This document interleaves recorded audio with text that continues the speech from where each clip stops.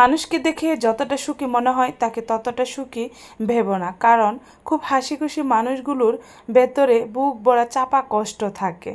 আসসালামু আলাইকুম, hello everyone, কেমন আছেন সবাই? আশা করি সবাই ভালো আছেন।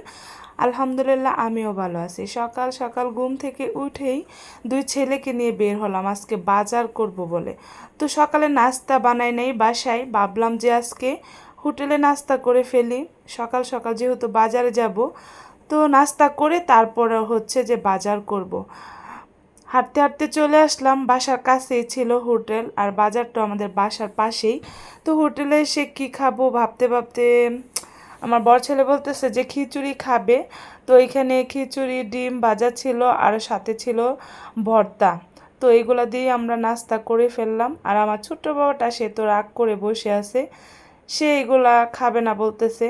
তো হোটেলে কিন্তু এগুলাই ছিল। তো যাই হোক, খাবার শেষ করে চলে আসছি বাজারে। মাছের বাজারে চলে আসলাম। আর মাছের বাজারে আসলে আমার মাথাটা নষ্ট হয়ে যায়, এত গন্ধ আর এই যে পানি, মানে অবস্থা খারাপ হয়ে যায়, বোরকা টোরকা ভিজে যায়। তারপরেও কি আর করা, বাজার যেহেতু করতে আসছি দাঁড়াতে তো হবেই। কোনো রকম দাঁড়িয়েছিলাম আর এখানে মাছ কেটে নিচ্ছিলাম। আর মাছ নিয়ে তারপর চলে আসলাম একটা মুদির বাজারে, এখান থেকে যা যা লাগবে সব কিছু নিলাম।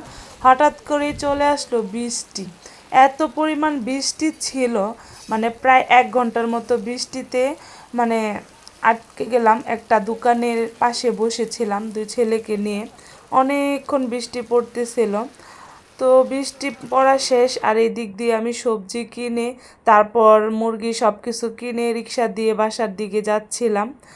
একটু কম ছিল বৃষ্টিটা, তারপর চলে আসছি বাসায়। আর বাসায় এসে তো প্রতিদিনের মতোই বাজার গুছাতে হবে, আর এইগুলা গুছাতে গুছাতে আরও সময় চলে যায়, আরও 1 ঘন্টা। তো এগুলো গুছিয়ে আমি রান্না বান্নার কাজে লেগে গেলাম। এখানে আমি আজকে শসা দিয়ে মাছ রান্না করব। কে কে খাইছেন শসা দিয়ে তরকারি? আমার কাছে ভালোই লাগে। তো আজকে আমি শসা দিয়ে রুই মাছ রান্না করব। এখানে আমি ফার্স্টেই মাছগুলা সুন্দর করে ভেজে নিয়েছি।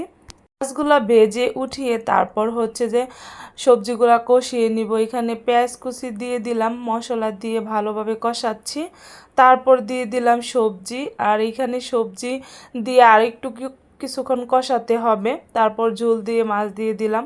সাথে ছিল শাক ভাজি, আর এটা শাকটা আমার কাছে অনেক ভালো লাগে এই শাকটা। তো শাক ভাজি করতে কিন্তু শুকনো মরিচ থাকবেই। তো ফাইনালি হয়ে গেল এই তো শাক ভাজি, তরকারি সব কিছু রেডি। তো আমার রুমটাও গুছিয়ে ফেললাম।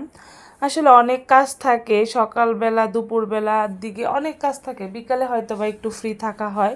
তো রুম গুছিয়ে সব কিছু কাজ শেষ করে গোসল করে ছেলেদেরকে নিয়ে খাওয়া দাওয়া করলাম। তো কেমন লাগলো আজকের ভিডিওটা সবাই কমেন্ট করে জানাবেন। আর সবাই পরবর্তী ভিডিও দেখার জন্য সবাইকে আমন্ত্রণ জানাচ্ছি। তো সবাই ভালো থাকবেন, সুস্থ থাকবেন। আর কে কোথা থেকে ভিডিওটা দেখতেছেন লাইক কমেন্ট শেয়ার করে যাবেন। ওকে, আল্লাহ হাফিজ, আসসালামু আলাইকুম।